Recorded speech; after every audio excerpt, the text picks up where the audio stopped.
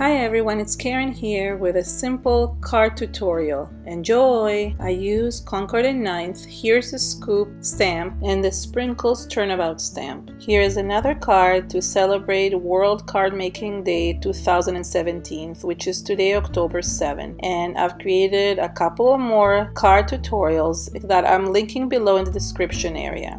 I'm also linking all the links to the products that I've used today. The first thing I did is I put the Sprinkles Turnabout stamp from Concord and 9th on top of my square paper. Each Turnabout stamp has a guide in the back, and you're usually supposed to make lines to mark the center. However, since I was creating a square card, I didn't need to do this because I was just going to turn around the background. I started with my first color, which is Twisted Citron from the Distress Oxide inks. I simply inked the stamp and then stamped on my white paper.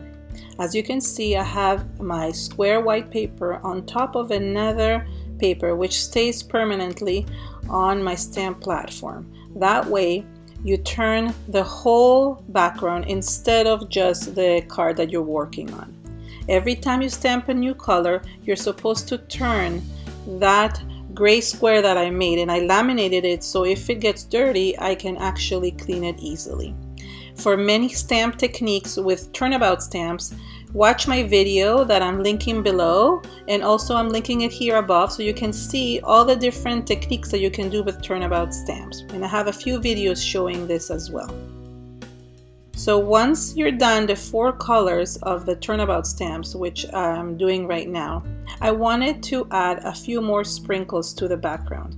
So what I did is, after cleaning my last turn of the stamping, I went ahead and heat set it, and then I took the stamp and I actually placed it a little bit more turned so it would fill in the rest of the sprinkles. And then I did the same thing. I went around and twisted the background, which is the gray square, and used different colors from the first 4 turns that I had made. In this case, I'm using Spice Marmalade, and I will list all the colors that I used today to create the sprinkles.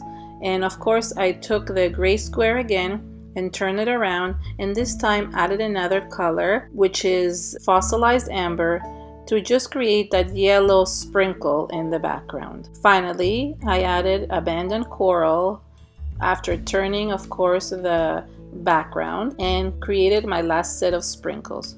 In this case, you can basically create as many turns as you want, as many sprinkles that you want, and you can just fill out the background as much as you want. I trimmed this background to make it a little bit smaller so I could have it fit on a smaller card. I made it 4.5 inch squared.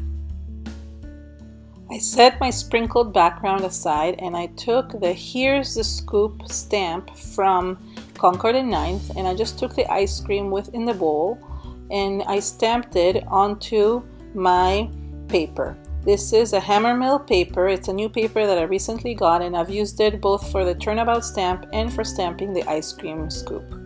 I took my static tool and basically used Versamark ink to stamp in my background. Then I took my paper and I added some super fine black embossing powder from Ranger to just emboss the whole image.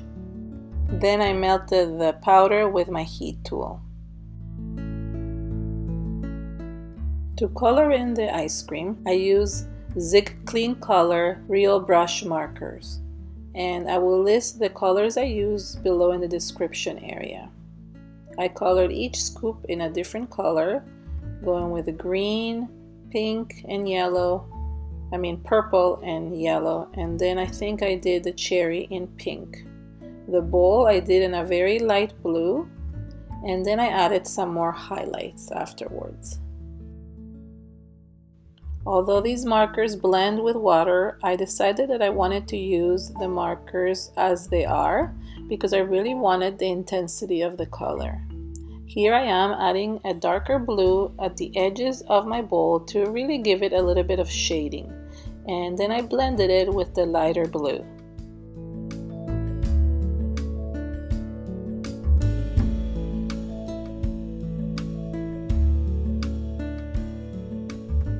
This stamp set comes with the actual dies that cut this ice cream perfectly. However, I did not purchase that, but I will link it below in case you want to purchase the matching die. So I just took my scissors and basically cut around, which was really easy to do and saved me, I guess, some money on purchasing the actual die as well. I'm not a huge fan of fussy cutting because I make a lot of mistakes, but a neat trick to actually cover up your mistakes is to actually use a black Sharpie marker and actually go around the edges and cover up and paint any edges that were not cut properly. That way it doesn't look as if you made any mistakes.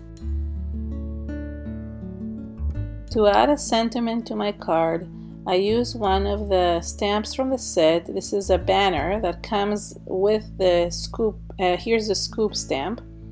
And I did the same thing. I used my powder tool and then inked with Versamark ink and embossed it with superfine embossing powder from Ranger. I did stamp this 3 times to make sure that the stamp went on it perfectly.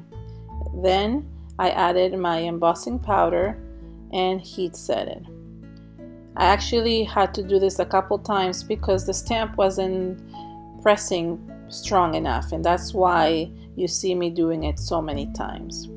Once it was set, I went back with one of the sentiments that fit perfectly inside the banner, and it says happy birthday, but there's many different sentiments. I just figured I will make another birthday card because those are the most useful and I can give them to many people. So I did the same thing. I stamped the sentiment, and of course, as you can see, the powder wasn't set properly in the banner and some of it came off. So I basically heat set the sentiment, and then once it was heat set, I went and fixed it. I could have stamped another one again, but instead I took my black Sharpie again and just fixed it. As usual, I can't go on and make a card without making a mistake. I end up making mistakes in every single card that I make, and I'm yet to make a card that I haven't made a mistake on. I took another one of my markers, the yellow one that I had used for one of the scoops, and I colored in the banner and then glued it onto my bowl.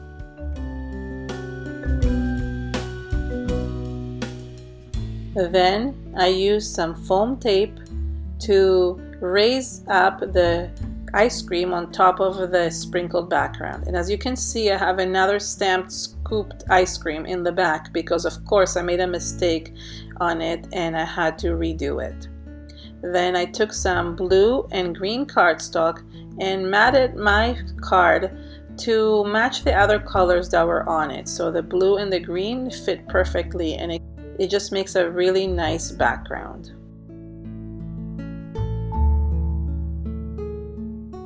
Finally, I used my black Sharpie marker and my white Posca pen to create some highlights on my ice cream, both on the bowl and on the scoops. I hope you liked my video today and it inspired you to create some new cards. To enter my giveaways and to see what sales are going on for World Card Making Day, visit my website, which is linked at the end of this video. Then you can sign up for my newsletter so you won't miss another post. Thank you so much for watching. I would love for you to give this video a thumbs up and share it with your friends. Bye!